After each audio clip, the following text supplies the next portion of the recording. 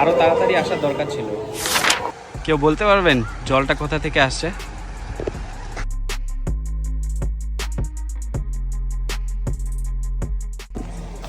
এখন আমি আপনাদের ভিতরের দিকটায় দেখাবো, ভিতরের দিকটায় কি কি রয়েছে, কি কি ইন্টারেস্টিং জিনিস আছে, সব কিছু কিন্তু দেখবো। ডিজিটাল প্ল্যানেটেরিয়ামে ঢুকতে পেলাম না, কারণ এখানকার টিকিট।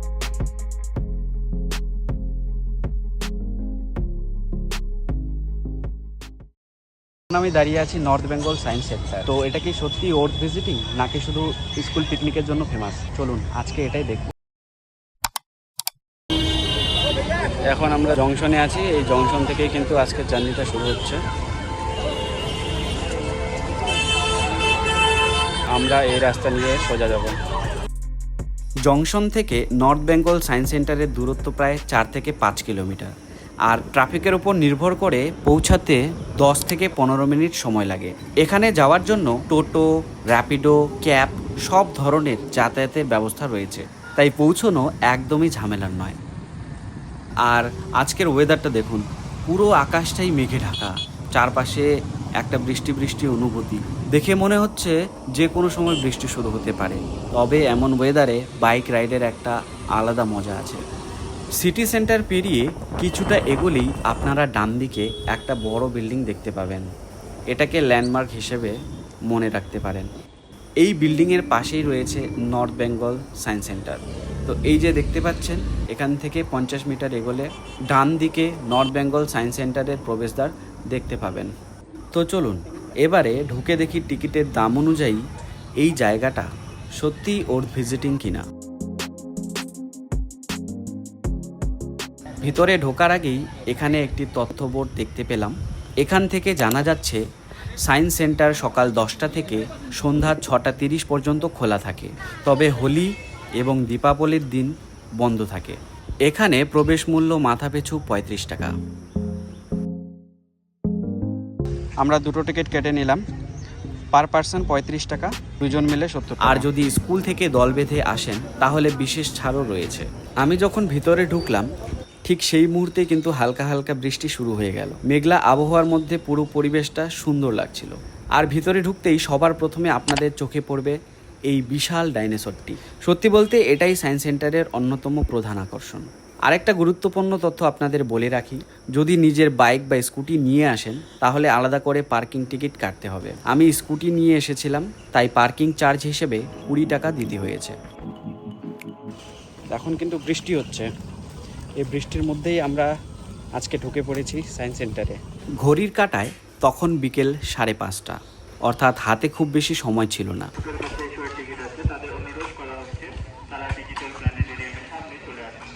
তাই এই অল্প সময়ের মধ্যেই যতটা সম্ভব এক্সপ্লোর করে আপনাদের সব কিছু দেখানোর চেষ্টা করব। এখানে বাচ্চাদের জন্য বেশ কিছু ইন্টারঅ্যাক্টিভ অ্যাট্রাকশন রয়েছে। এই যে দেখুন, ওরাও কতটা আনন্দ নিয়ে খেলছে। আসলে শুধু ঘুরে দেখার জন্য নয়, খেলতে খেলতে নতুন কিছু শেখারও সুযোগ রয়েছে এখানে। তাই যদি ছোট বাচ্চাদের নিয়ে আসেন, আমার মনে হয় ওদের সময়টা বেশ ভালোই কাটবে। এই সাইডটা তো দেখে নিলাম, এখন এই সাইডে এরকম। এখানে একটা সুন্দর খোলামেলা জায়গা দেখতে পেলাম, আর শুরুতেই আমার নজরে পড়ল এই স্পর্শ সঙ্গীত। বিষয়টা সত্যি দারুণ ইন্টারেস্টিং। এখানে বিভিন্ন বাদ্যযন্ত্র স্পর্শ করলেই আলাদা আলাদা সুর শোনা যায়। সায়েন্সের সঙ্গে মিউজিককে এত সুন্দরভাবে উপস্থাপন করা হয়েছে, এটা আমার বেশ ভালো লেগেছে। এছাড়াও চারপাশে এমন অনেক সায়েন্স বেসড ইন্টারঅ্যাক্টিভ এক্সিবিট রয়েছে। প্রতিটা জিনিসের পেছনেই একটা করে বৈজ্ঞানিক ধারণা লুকিয়ে আছে।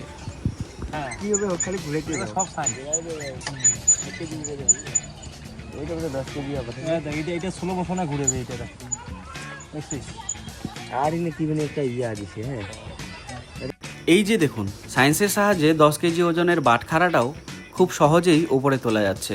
সত্যি দারুণ ইন্টারেস্টিং। এই যে দেখুন, এটা আবার কি কি দেখা যায় নাকি? কত দূর দেখা যায়?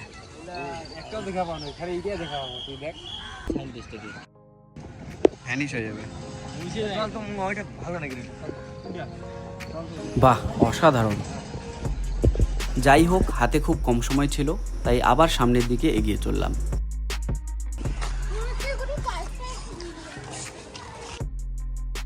এখানে একটা ট্রেনার এয়ারক্রাফট দেখতে পাবে। প্রথমে আমার মনে হয়েছিল এটা হয়তো শুধু প্রদর্শনীর জন্য বানানো একটা মডেল, কিন্তু পরে জানতে পারলাম এটা আসলে একটি বাস্তব প্রশিক্ষণ বিমান। আগে ভারতীয় বিমান বাহিনীতে পাইলটদের ট্রেনিংয়ের কাজে ব্যবহার করা হতো। বর্তমানে দর্শনার্থীদের জন্য এখানে প্রদর্শন করা হচ্ছে।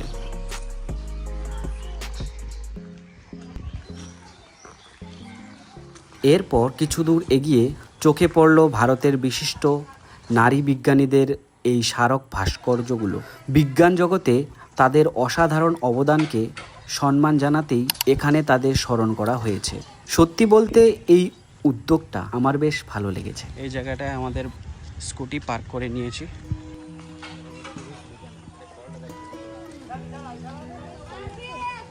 এই জায়গায় কিন্তু ক্যান্টিনের ব্যবস্থাও রয়েছে, আপনারা চাইলে এখানে কিছু খেয়ে নিতে পারেন।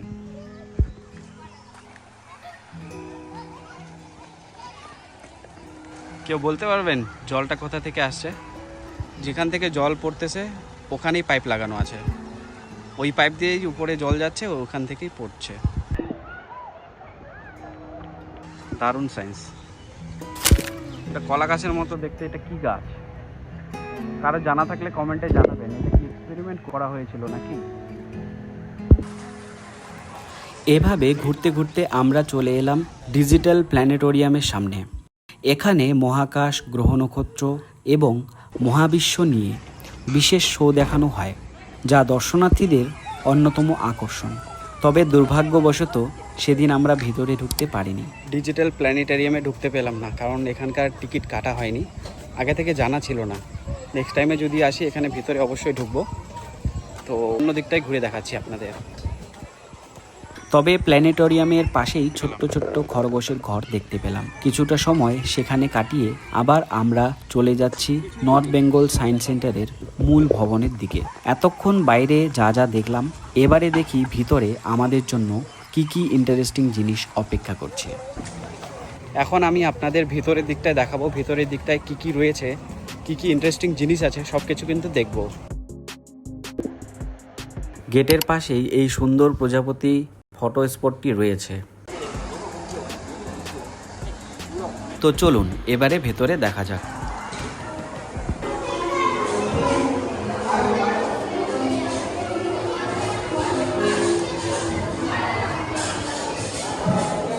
সুইচ টিপুন এবং একটি তরঙ্গ গতি তৈরি করুন।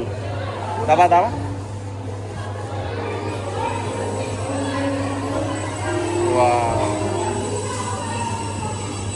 প্রতিটি সায়েন্স এক্সিবিটের পাশেই কিভাবে ব্যবহার করতে হবে তার বিস্তারিত নির্দেশনা দেওয়া রয়েছে। Shadow room. শ্যাডো রুমে এখন দেখবো কি দেখায় এখানে, কি আছে এখানে শ্যাডো রুমে। চল সুইচটা দাবা দাবা।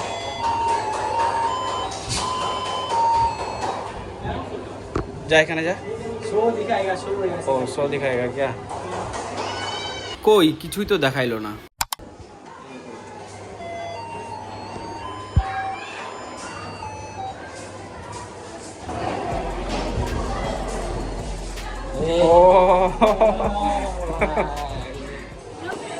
এগুলা কি ভাই?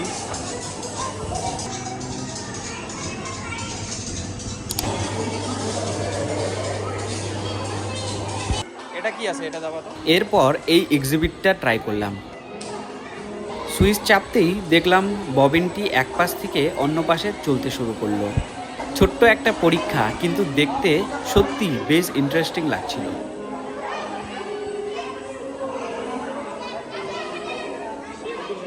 Under maintenance. Head on a plate.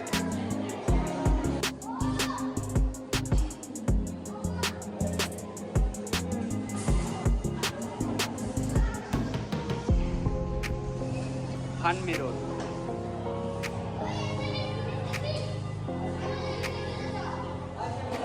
এরপর চার্লস ডারউইনের এই ডিজিটাল প্রদর্শনীটা দেখলাম। সত্যি বলতে প্রথম দেখায় মনে হচ্ছিল উনি যেন সত্যি কথা বলছেন। Identify the object. এখান থেকে যে জিনিসটাই উপরে রাখবো ওই জিনিসটার নাম চলে আসবে এখানে।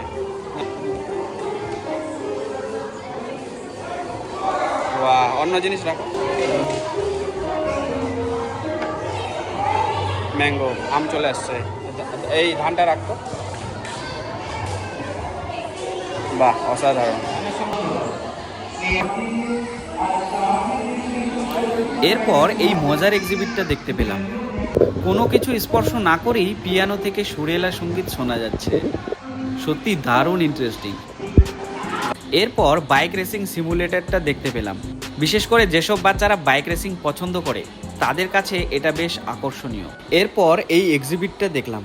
স্ক্যানারের সাহায্যে শরীরের ভেতরের অংশগুলো স্ক্রিনে দেখতে পাওয়া যায়। সত্যি ইন্টারেস্টিং। এটা আবার কি? এটা কি আছে? Floating disk. এটা কি আছে?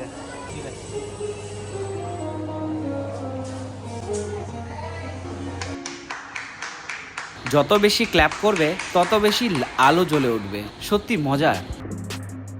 এটা হলো 3D ভিশন থিয়েটার, আর এখানে হেল্প ডেস্কও রয়েছে।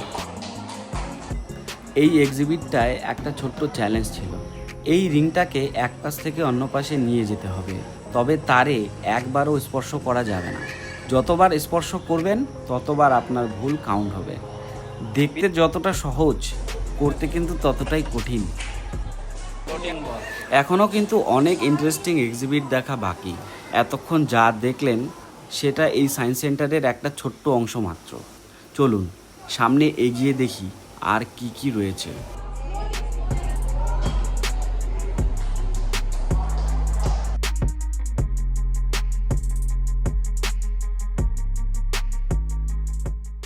এরপর চলে এলাম আরেকটি দারুণ ইন্টারেস্টিং সেকশনে। তো এখানে শুরুতেই দেখতে পেলাম ডাইন উইথ ইয়োরসেলফ। মানে এখানে এমন একটা মিরর ইলুশন তৈরি করা হয়েছে যেখানে মনে হবে আপনি নিজের সঙ্গেই একই টেবিলে বসে আছেন। সত্যি বলতে ছবি তোলার জন্য দারুণ একটা জায়গা। বাপরে, এতগুলা ফেস। আচ্ছা, এই কার্ভিং টানেলটা আসলে একটা অপটিক্যাল ইলিউশন। দেখতে যত বড় মনে হচ্ছে বাস্তবে কিন্তু ততটা নয়। এরপর ঢুকে পড়লাম মিরর মেজে। ভেতরে ঢোকার পর কোনটা রাস্তা আর কোনটা আয়না বুঝতেই পারছিলাম না। আমার কিন্তু এই মিরর মেজটাই সবচেয়ে বেশি ভালো লেগেছে। আপনারা কি কখনো মিরর মেজে এসেছেন? আপনাদের কেমন লাগলো কমেন্ট করে জানাবেন।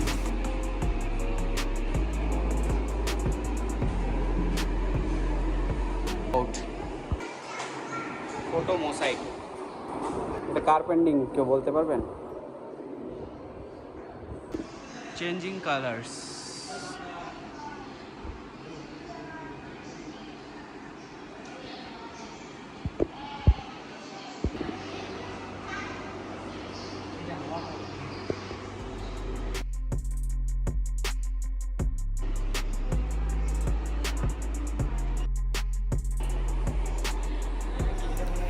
Seeing is not believing.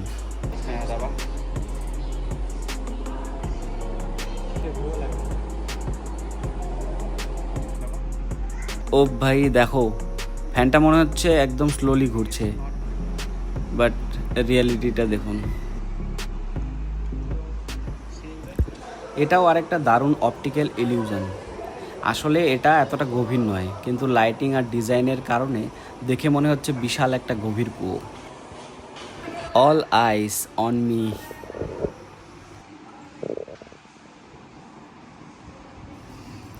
এটা হলো পিরামিড হোলোগ্রাম।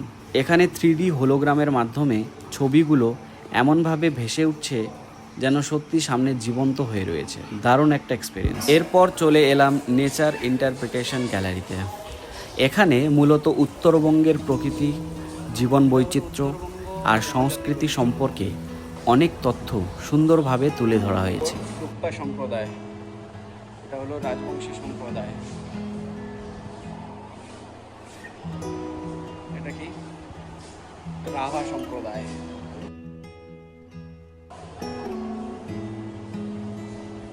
লেপচা সম্প্রদায়, লেপচা গোষ্ঠী এটা। এখানে লেখা আছে উত্তরবঙ্গ জনজাতি গোষ্ঠীসমূহ। শেরপা সম্প্রদায়, এটা হলো টোটো সম্প্রদায়। এটা কি আছে? মেচ সম্প্রদায়, মেচ।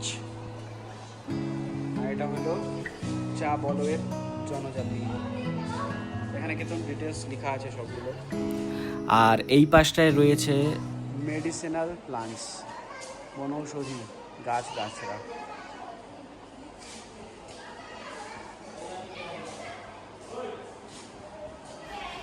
রায়গঞ্জ বন্যপ্রাণী অভয়ারণ্য।